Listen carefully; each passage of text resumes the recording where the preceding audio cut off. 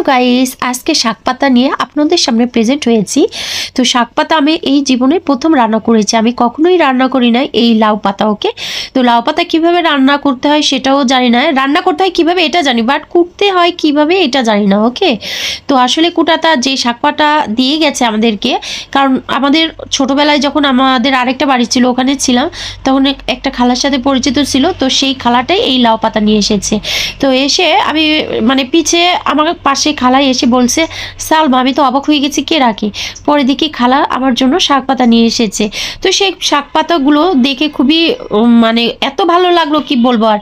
তো শাক পাতাগুলো কীভাবে কাটতে হয় ওনার থেকে আমি জেনে নিলাম, জেনে ঠিক খেসারির শাক যেভাবে কুটে ঠিক ওইভাবেই কুটতে হয় এই লাউ পাতা। তো আমি ওনার ওই ফলো করলাম, ওনার কথাকে ফলো করে আমি নিজেই এটা রাশ ছাড়িয়ে নিলাম, নিয়ে আমি সুন্দর করে এইরকমভাবে কুটা শুরু করলাম। মানে খেসারির শাক তো আরও জিরি জিরি করে কাটে, বাট আমি ওইভাবে কাটতে পারি নাই, এরকমভাবেই হয়েছে, এটাই আমার জন্য অনেক কিছু।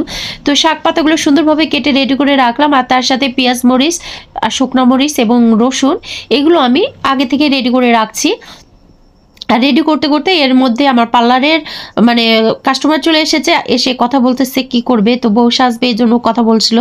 তো উনি আবার আরেকজন আসছিল কান ফোড়ানোর জন্য, তো এই কান ফোড়ানোর জন্য কথা বলতে বলতে এদিকে একটু লেট হয়ে গেছে। তো যাই হোক বন্ধুগণ, তো আমার হচ্ছে পেঁয়াজ রসুন এইগুলো কাটতে শুরু করলাম, পেঁয়াজ মরিচ আর হচ্ছে শুকনো মরিচ রেডি করলাম, তার সাথে হচ্ছে রসুনটা সুন্দর করে বেছে নিয়ে আমি এটা থ্যাতা করার যে যন্ত্রটা আছে রসুনের, ঠিক ওইটা দিয়েই আমি থ্যাতা করলাম।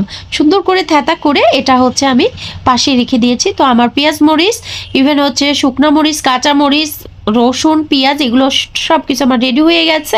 আমি এটা এক পাশে রেখে দিয়েছি এবং শাকগুলো সে ঠিক সুন্দর করে যে কেটে বেছে রেখে দিয়েছিলাম, তো এখন ধোয়ার পালা।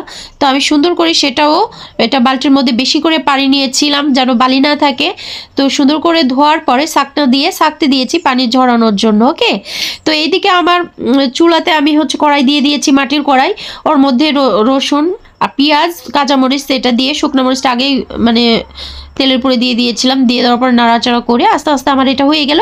তখন আমি এই লাউ পাতাগুলো দিয়ে দিলাম। আসলে লাউ পাতাগুলো সিদ্ধ করে দিতে হতো, তো আমি লাউ পাতাগুলো সিদ্ধ করে না দিয়ে আমি এভাবেই করেছিলাম, কিভাবে একটু তাড়াতাড়ি করা যায়, যেহেতু আমার পার্লারের মানুষ ওয়েট করছিল, এই কারণে আমি রিয়েলি সরি, আসলে এটা ঠিক না, তো আর কেউ ছিল না বিধায় আমি এটা এভাবেই করেছিলাম একটু তাড়াতাড়ি করে।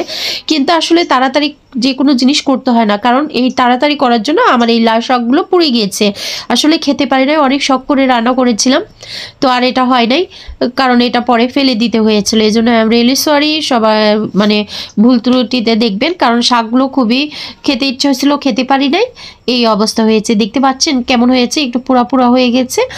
পরে আমার বর খেয়েছিল কিন্তু কিছু আমাকে বলে নাই। তো ঠিক আছে ভিউয়ার্স।